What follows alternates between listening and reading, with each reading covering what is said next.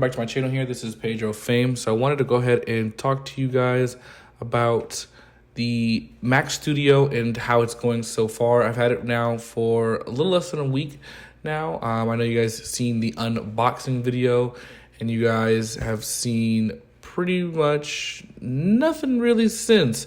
I know this is my YouTube brought up here, but let's go over. And as you guys can see, this is blazing fast. I think I could do a bunch of tabs if I'm not wrong. Let me see how many tabs I could do before this thing. I have a lot here. So, and you can see that nothing is like messed up with it. It can run it pretty easily. This has easily been one of the easiest machines to put through its paces, and it literally never folds. Right, let's get out of here though. But let's go ahead and show you guys exactly what I'm working with.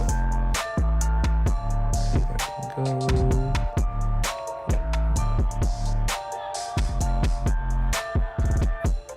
That's 15.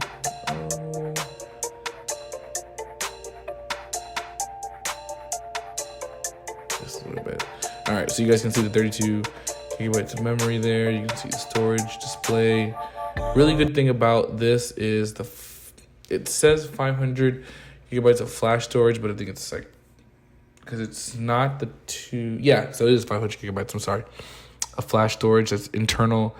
That's the version I got. I also have a 250 gigabyte SSD. I've used about 108 of it, not that much. You guys can see here the hardware. You can do hardware support. You can do all different types of stuff with Apple support. But that's nonetheless, you guys can see it's on a 4K display and it runs it really well. Like I said, it can run up to a couple of 6K displays. Also, it can run I think 4 6K displays and 1 4K display. Yes, that's the outputs that it can run with the 1 HDMI and the 4 Thunderbolts. That's 6 displays it can carry on without it being choked up or going from there. Let's see here, and I'm going to show you guys some of the scores of Cinebench and where that's at. I'm also going to show you guys some Black Magic raw speeds, and the Black Magic raw speeds detail exactly how fast the system can go, what it could take, how many streams of 4K, 8K, 6K, different formats, and what it can go from there. You guys can see some of the apps that I have on my Mac Studio. I have 3 editing softwares, being DaVinci Resolve, LumaFusion, Power Director 365. I just started with Power Director 365, not something that I've really used before. Trying to get started with that, and you guys can kind of see there how that works. This is one of their stock footage that they have here, but also having not very many different ones. I don't really have that many apps on my Macs. Typically I have them on my iPads and on my phone.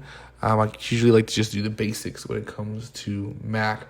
Now, if anybody would like to help me find a way to get Final Cut Pro for less than $300, please let your boy know.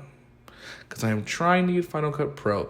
As much as I like DaVinci Resolve, I don't understand this as much as I've tried. And I've been trying to use it. LumaFusion, I know exactly how to use that. But that's on an M1 iPad where it runs great. Don't get me wrong, it runs okay. But I need the Mac Studio power to justify the cost of what I paid for it. So I need a way to take advantage of it. So if anybody knows a way to get Final Cut Pro on for me without paying a full $300, let me know. Also, Adobe Premiere, I haven't gotten that because I don't want to pay monthly on something, but we'll see that may end up being the case. But make sure to like and subscribe and hit the notification bell. And let's get into the Cinebench numbers. So here are some of the numbers for the Mac Studio, for my Mac Studio. And I'm going to show you guys exactly what I'm talking about here.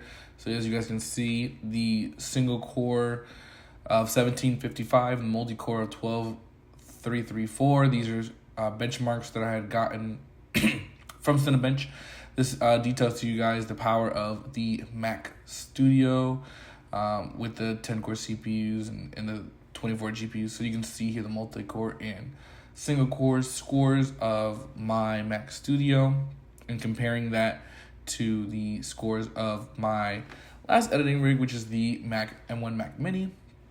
Had a 1713 single core score, so as you can see, not very much difference in single core performance, but the multi-core performance is where it gets very drastically different, as 7434 is the multi-core score, which is actually pretty good for a baseline Mac Mini with 8 gigabytes of RAM, 8 CPUs, and 8 GPU cores, whereas you can tell it's 12,334 for the multi-core score for my Mac Studio.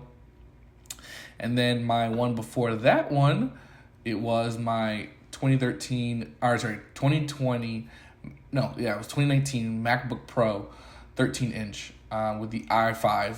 The same scores as you're going to see here as the one that says mid-2020. This is before the M1. This is with the Intel 5th generation. This had 4 CPU cores, and I don't remember how many GPU cores, but it wasn't very many. It wasn't very good. But as you can see, the single core score of 1131 and the multi-score of 4198. So you can see I've gone a pretty good jump up from going from my first editing rig being the MacBook Pro 13-inch to then the Mac Mini, going up about pretty drastically, about 600 scores in the single core and over 3,000 in the multi-core, and then jumping from that to the Mac Studio where the single cores are only went up about 40.